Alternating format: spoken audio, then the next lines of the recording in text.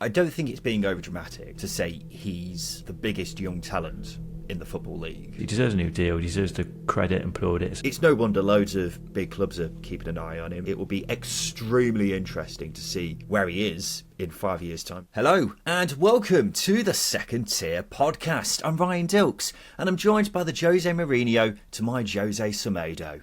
It's Justin Peach. Good day to you, Ryan.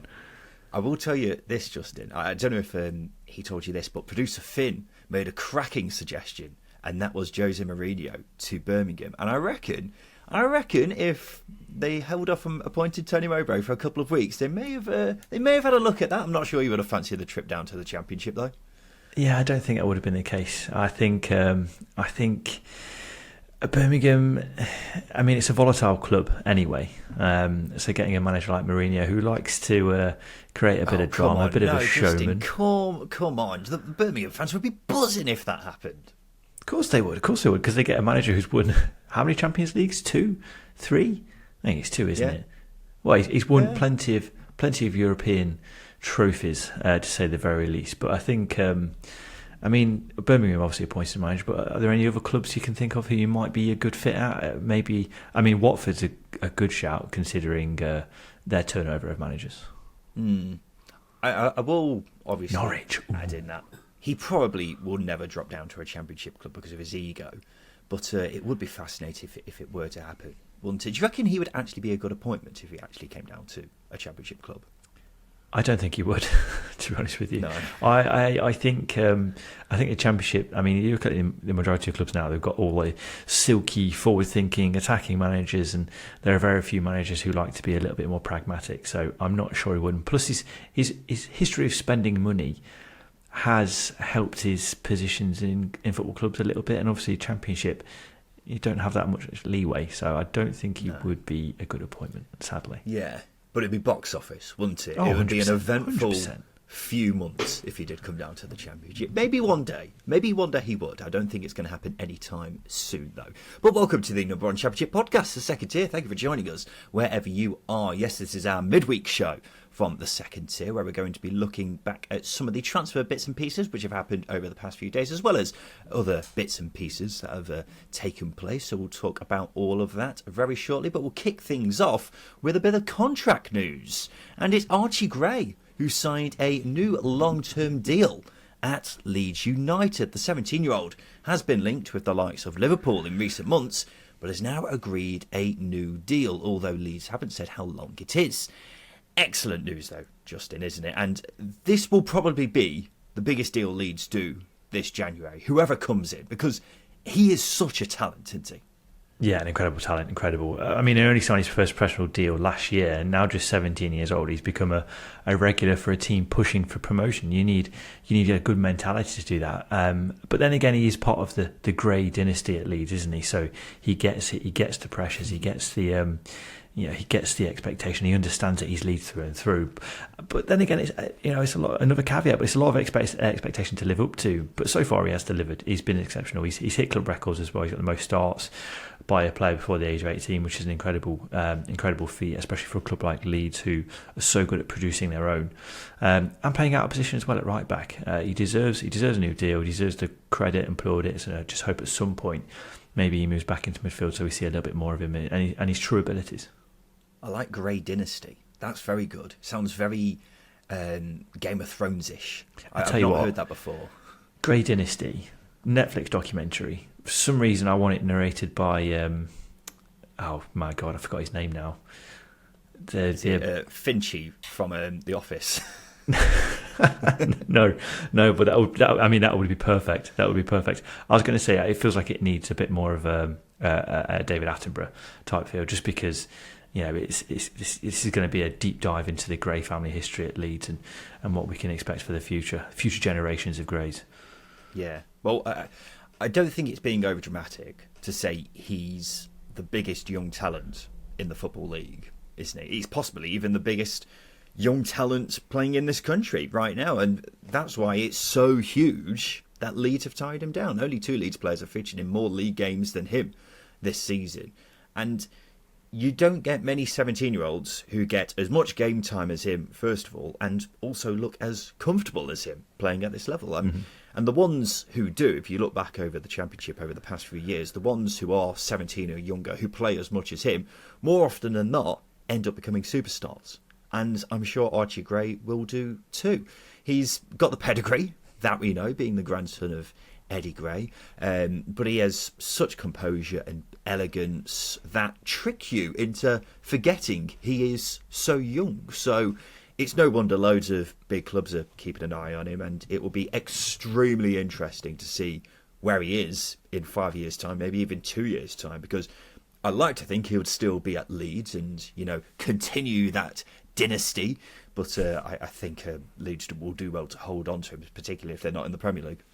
Well, yeah, that's the key thing, isn't it? Is how they hold on to these assets. They've lost them before. You look at the likes of, I'm going back years, maybe too far actually, but when they came down from the Premier League back in 2003, the likes of Alan Smith, James Milner, players like that who have come through the academy and gone on to have very good careers. They've won trophies. They've been incredible. Not saying Archie Gray. I'm not going to level that sort of expectation at Archie Gray, but that's the sort of player, calibre of player that regularly comes through at Leeds. They go on to have very good careers, and I think Archie Gray is just a long line of, or one of those in a long line of that. And obviously having the Gray name to back him up, I think really does help him as well.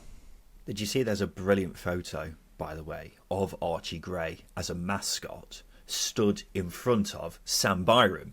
And they're, of course, now teammates. But it must make Byram feel really bloody old, even though he's only 30 himself. So the fact he's playing with a lad who was, a mascot, stood in front of him. And, Archie Gray, he doesn't look much older now than he does in that picture, really.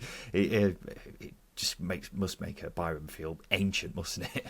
Well, I was going to say, but Sam Byram doesn't look that much older because he still looks about 23 as well himself. Yeah. But the other thing is Archie Gray's I wouldn't say keep him out of the team, but Sam Byram's natural position is as a right back, and I know he's played a lot of left back, but Archie Gray's made that position his own, which again is a bit of an irony there for him and Byram. Yeah, well, it says a lot about Gray, doesn't it? That he's kept out experienced players like Byram and Luke Ayling, who's now had to leave the club.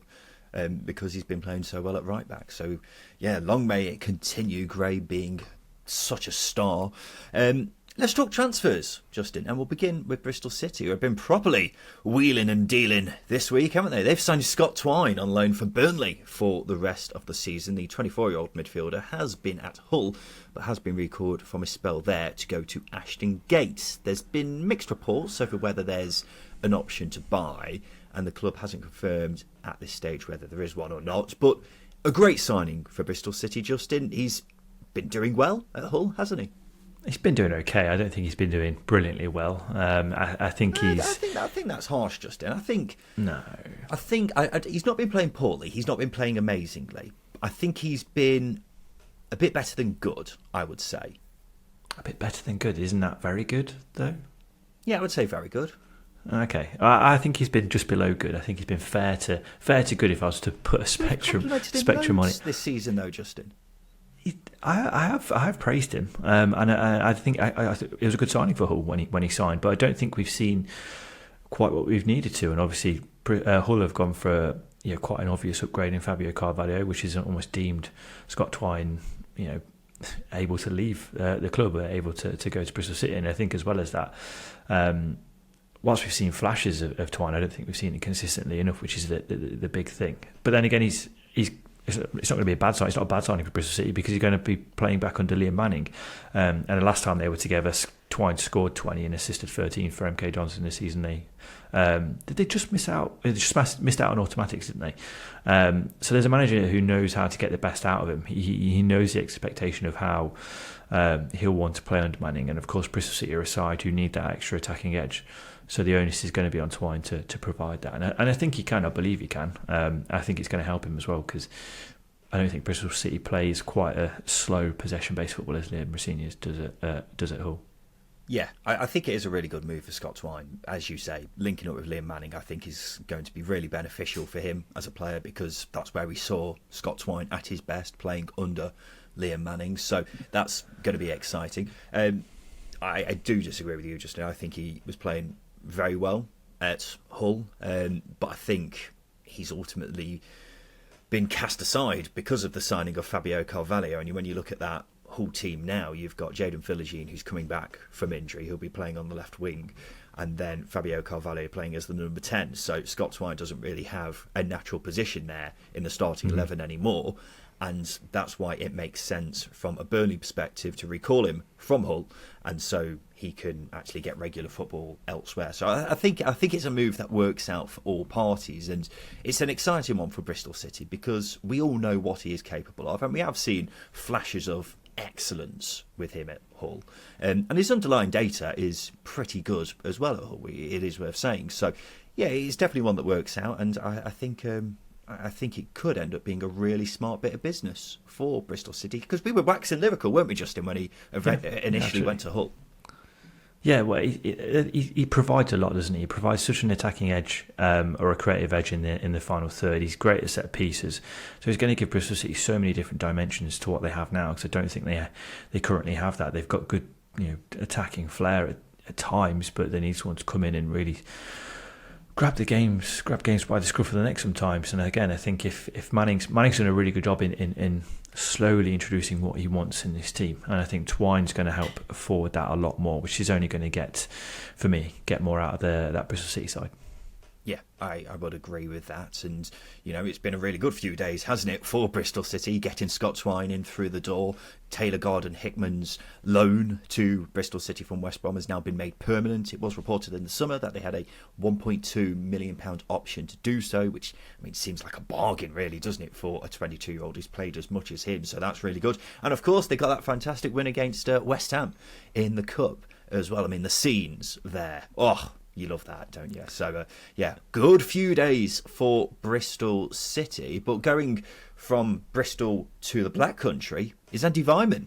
He's joined West Brom on loan until the end of the season. He was club captain at Ashton Gate, but has only made 9 starts in the league this season. What do you think of that, Justin? It feels like a very West Brom signing. It does at the moment, especially because they're so restricted. It's an interesting one. Weimann's best years are behind him, aren't they? But what you will get out of him is a player who runs a lot and he can chip in with goals. I'm not going to wax lyrical over it. He's never been technically gifted and he does carry injuries. And obviously, as you mentioned, he's only made 9 starts, so he's not been heavily involved in Bristol City this season. But like I said, he brings leadership, he brings experience, he brings energy. And he's going to give Corbrand a lot of depth in the final third. It's also worth pointing out that Corbrand's really improved the likes of Brandon Thomas-Asante. He got 15 goals out of Danny Ward at Huddersfield as well. And he's turned Cedric Kipre into one of the best centre-backs in the division. He can turn water into wine. So what can he turn Weimann into? That's the key thing here. Yes. Water into wine. I'm not sure Brandon Thomas-Asante is exactly wine just yet. But he scores goals. He's in the period of... He's in the process of... He's fermenting. Yes, that's the word I was looking for. I was surprised to see Weimann's only 32 still. It feels like he's a good few years older than that. And you are right, his best years are behind him. 2 years ago, what was it? Was it two years ago where he had that ridiculous season with Bristol City, where he just scored a ridiculous number of goals.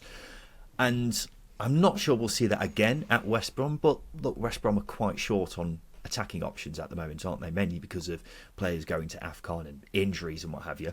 So Weimann coming in, I think, adds depth. I'm not sure he's going to be starting every single week, but he works hard. He's a very Carlos Corberán player. So yeah, I think it's a decent move, but I don't think it's one that's going to particularly, pull up many trees, but it certainly helps in the long term. I'll say that for sure.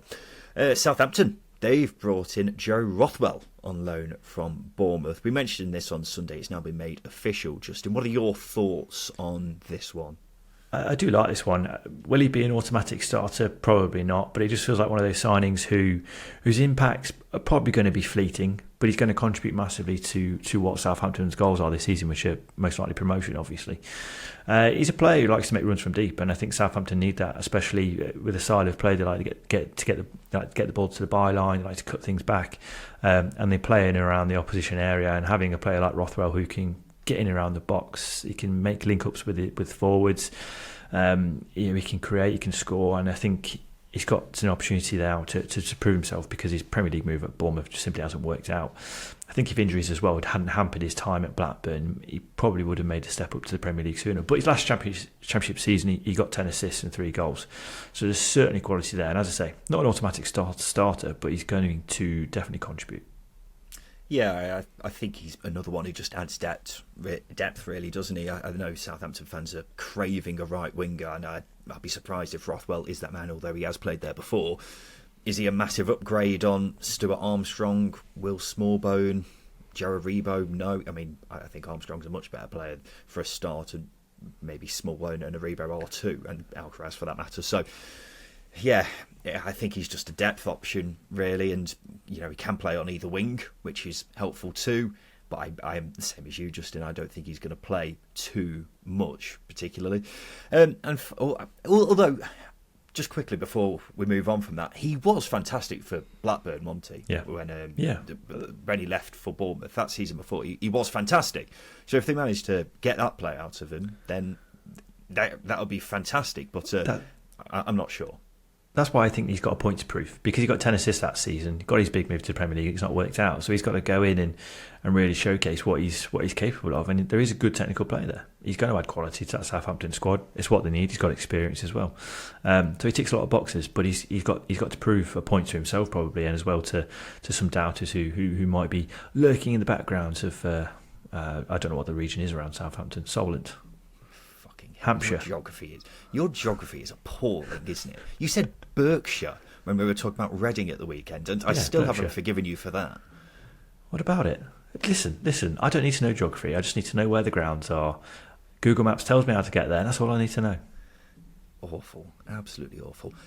Carrying on from the theme of me just being bamboozled by how old players are, Joe Rothwell's 29. Yeah. I would have not put him and Andy Vyman 3 years apart in terms of age, I'll tell you that much for sure. And the final bit of transfer news, Justin, Watford midfielder Imran Louza has left to go on loan to Lorient in France. A player who's undoubtedly very talented, Justin, but has been pretty poor this season when he has played, whether that's down to a lack of motivation, injury or something else, I don't know, but it's probably for the best, this one, isn't it?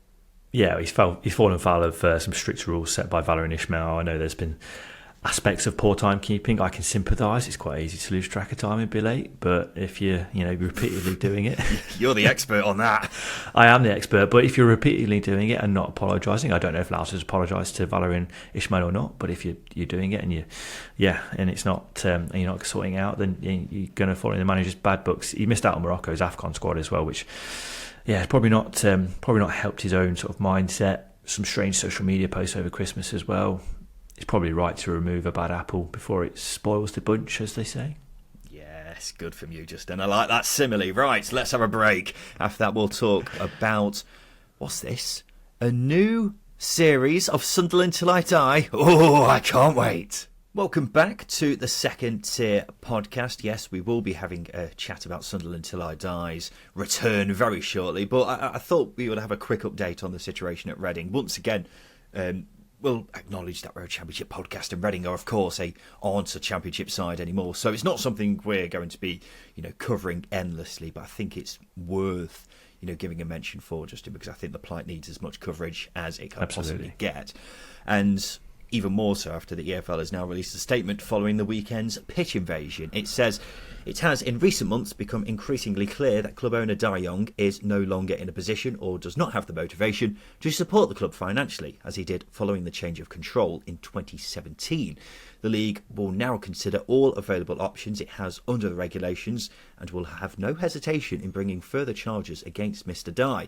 In the meantime, and for the sake of the future of Reading FC, its staff, supporters and local community, we urge Mr. Dai either to fund the club adequately or to make immediate arrangements to sell his majority shareholding to appropriate new owners so everyone can move forward with renewed optimism.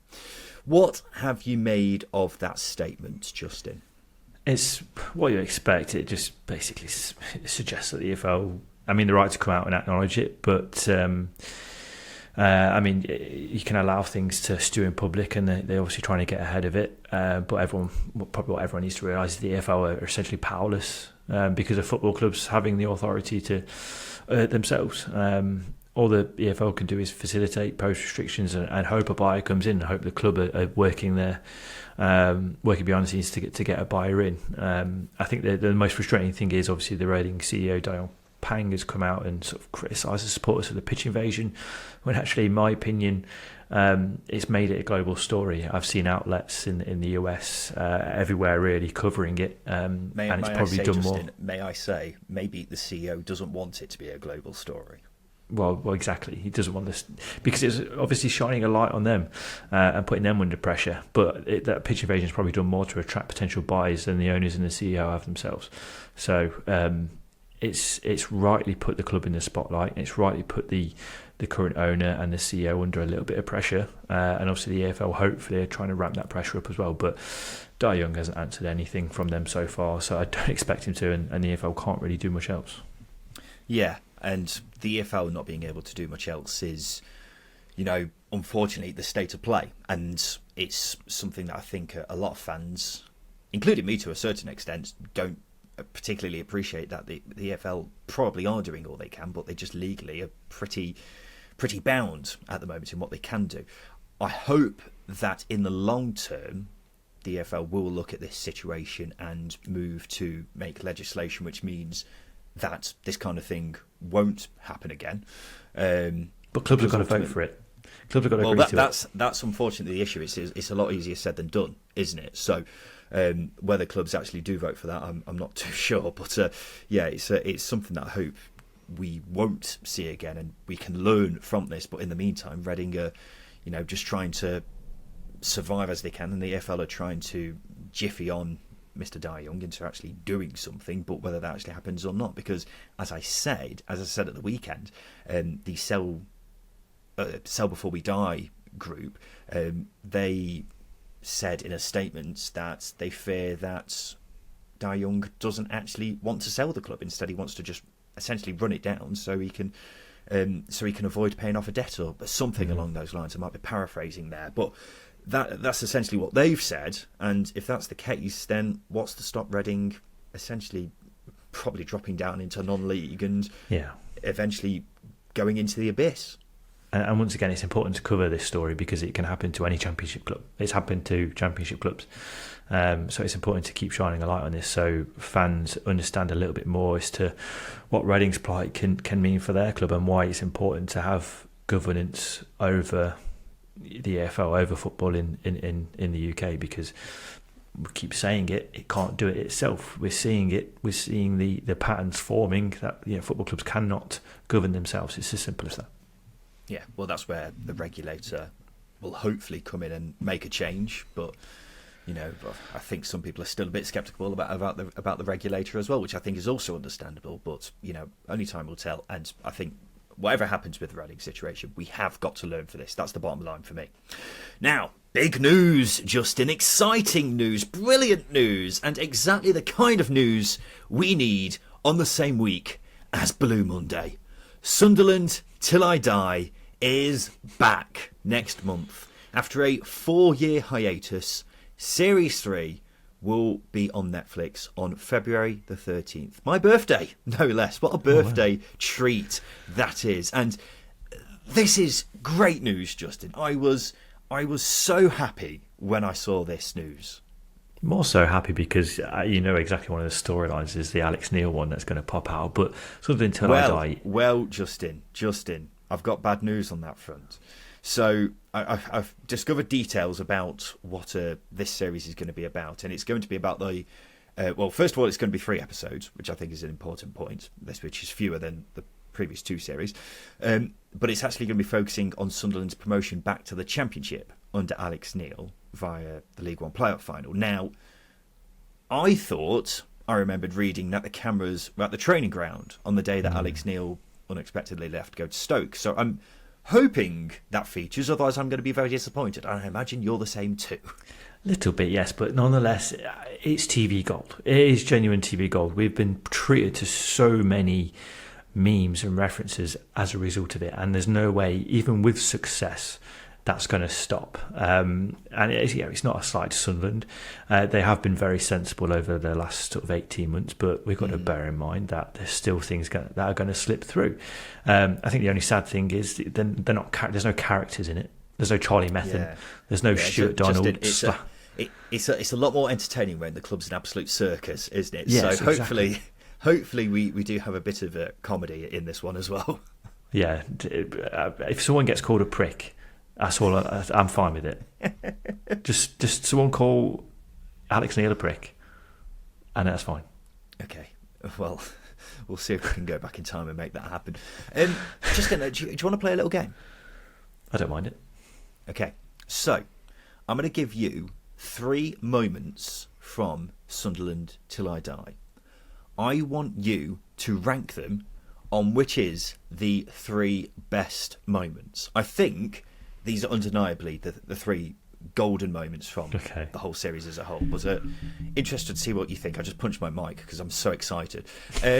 So the first option is Chris Coleman letting people know he's not a prick because he's got kids, which is when he was arguing with a fan outside of the ground. Option number 2 is Charlie Methven wanting to change the music from the Apprentice music to some like Ibiza dance. Balearic anthems, music. I seem to recall. And it just being purely out of the office kind of stuff. And the final option is why am I looking at Ibrahimovic at the bottom of this list, which is from Sunderland's scouting team trying to find a striker. If you had to rank those 3 moments, which one would you say is top and which one would you say is bottom? Just before, it's worth pointing out that Stuart Donald slapping a multi-million-pound deal on Will Grigg while eating pizza is also a favourite moment of mine on transfer deadline day. But I'm going to go with Chris Coleman explaining that he's not a prick because he's got 6 kids as top. I'm going to go with Charlie Methven changing I think it's the I've forgotten the Apprentice soundtrack. I can't remember the actual song name. Yes. Changing that to Balearic anthems as I think it was coined on the subtitles actually. And then I'm going to go with why am I looking at Ibrahimovic, the Sunderland recruitment team getting their wires crossed maybe. That's interesting. I would go for the exact opposite, I think. Really? I think Chris Coleman letting the fans know he's not a prick because he's got kids is 6 kids. Extremely funny. But that could happen at any club. Maybe not the I'm not a prick because I got kids, because that's still such a weird explanation to this day. The Charlie Methven one I think is the second best because it's so awkward, so painfully awkward. However, I think the thing that maybe lets it down is I think some clever editing has played a part in that to maybe make it a bit more awkward. But for me, go on. No, I was going to say the response from I think one of the marketing team to say, well, we can't. There's no point in playing all this if your sound system's shit. Yeah. And then it just cuts to a silent room. Disappointingly turning off the dance music. Excellent stuff. But I think the Ibrahimovic one for me is the best one because that is the sign of a club just being an absolute circus behind the scenes, which, let's be honest, Sunderland were at the time. And, them being desperate to find a striker and the scouting team genuinely putting Zlatan Ibrahimovic on that list. That must have been a joke. So funny. That must have been a joke. Who was the CEO? Was it Tony something? I can't remember his name now. Martin Bain. Martin Bain was the CEO. Yeah. Him using the cryogenic chamber as well for his back. Yes. Yeah, so for anyone who doesn't know what this is, Sunderland got a big cryogenic chamber which cost thousands of pounds to install at the training ground. And the only person who had used it in a year was the CEO, Martin Bain. Oh, my God. Honestly, it's genuine TV gold, and I know that the club isn't a circus and wasn't a circus, but you are going to get moments like that. I'll agree with your reasoning on the ranking as well, but there's no point ranking it because moments from that documentary series were just incredible, all the way through. Yeah. There's a reason why so many have tried to imitate it since, but none have come close. And the Prime series just are nowhere near it either, are they? The Prime series are nowhere near it. Wrexham Till I Die. It's got nothing on it. Is it Wrexham Till I Die? No, it's Welcome to Wrexham, isn't it? Yeah, it's got nothing on Sunderland Till I Die. So I'm looking forward to that. Robert Snodgrass, Justin, he's retired from football. He made 158 appearances at Championship level for Leeds, Hull, Villa and Luton. I think West Brom as well. I don't know why I haven't written them down. But what a player, Justin. Yeah, I was looking into him a little bit more, but he scored 31 goals and created 43. 74 goal contributions in 158 Championship games. It's just astounding, really. That level of consistency and quality is very rare to get. And, I mean, he was a big money signing, but, yeah, wonder of a left foot. Pretty much had the name of a character in Harry Potter. All the wizarding references you need in one there. What a player. Yeah, 158 appearances at the Championship level. I thought he would have had more than that, but I suppose he was in the Premier League for a long time, wasn't he?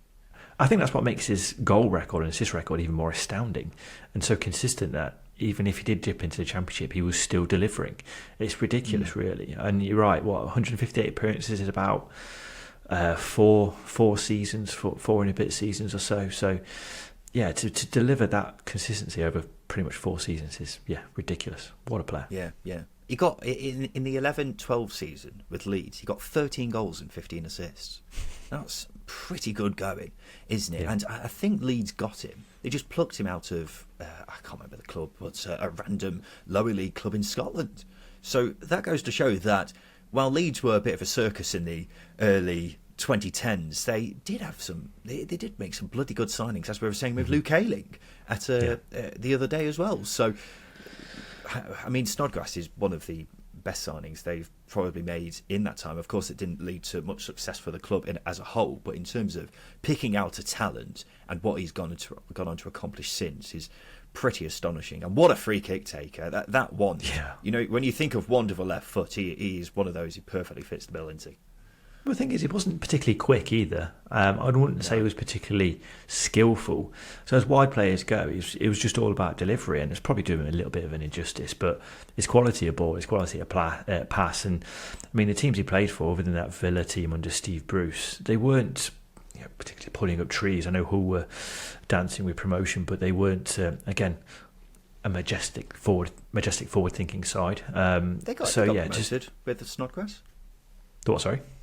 They got promoted with Snodgrass. Oh, did yeah. No, what I'm saying is he's never played for those really attacking teams. When you think about attacking teams, just trying to justify his goal and assist record, he's never played for a Fulham of 1920 season or Leeds or Bielsa, for example. Just throw teams out there who like to get forward. I think that just throws weight to how incredible his record was at Championship level. I'm not sure what your point was, but he has got a very good point. He has got a very good left foot. I could say that much for sure. And we'll finish off with this, Justin. Have you seen that former Fulham winger Abubakar Kamara has gone viral? Of course, former Championship winger, we should point out as well. He's representing Mauritania at the African Cup of Nations, and on the starting 11 tweets which was put out this week, he was listed down as AK-47, which loads of people online thought was extremely funny, but I was looking at this thinking, this is old news, isn't it? He's had that nickname for ages, even when he was playing regularly in the Championship. Yeah, maybe it's just the supporters in this country probably forgotten about it because it is such an unhinged nickname. It's crap as well, isn't it? But let's be honest. I'm going to name myself after a weapon. Yeah, but what's worse about it is this is one for the historians. He's named after a weapon that was cheap and wildly inaccurate. Pretty much like his career in England, really. He didn't exactly set trees alight, did he? So yeah, it's an unhinged nickname, and I'm surprised he's still carrying it because he's not got the ego to back it up. I'm being really critical of him, mainly because he took a penalty off Alexander Mitrovic in the penalty and pissed everybody off, and that angered me. Still angers me now. I'm not even a Fulham fan. I remember that, yeah. And he, I think I'm right in saying he had a bit of a scrap, a bit of a to-do with Mitrovic in the yoga room or something like that when he was at Fulham. Yeah, it was the yoga room. Why would you pick on Alexander Mitrovic of all people? He's insane. your best player, and he's hard as nails. Well, if your name's AK-47, you can do what you want, can't you? Well, you can try to, but you're right, Justin. He was very inaccurate as a footballer as well, wasn't he? I was just looking where he is now. He's at Al Jazeera, apparently. But he's still only 28, which surprised me because I thought he was... Yeah. This has been the theme of the show, isn't it? It was just being surprised by ages, but I was amazed to see he's only 28 still. But yeah, it was, I was just taken aback by how many people were like, look at his name. It's like, yeah, it has been that for like 5 or 10 years, lads. Come on, keep up. God's sake, social media culture, get better, be more on it. Go back to 2018 or whenever it was, and maybe really we're too on it, Justin. Maybe this is something that we've got to keep in mind, that other people aren't as on it as we are. Yeah, we are fast to it. We're quick. We're ahead of the game. We are unlike trend-setting. Abubakar Kamara, is what you're trying to say.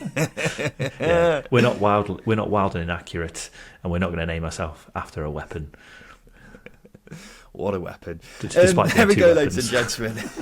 There we go, ladies and gentlemen. This has been the Second Tier Podcast, and this has been our midweek show. And we'll be back again tomorrow for our preview show with SPK, where we'll be making our predictions for the weekend in the Championship. So we bloody look forward to seeing you then. As always, if you wouldn't mind giving us a 5-star review on whichever podcast platform you listen to us on, we would greatly appreciate it. It helps us go a long way to getting bigger as a podcast. So yeah, we would really appreciate it if you took 5 seconds of your time to do that. Justin, I'm off to Cyprus, so that's where I'm going to be recording the preview show with SBK tomorrow. So are you fine with that? Are you all right with me going on a Premier League style winter break?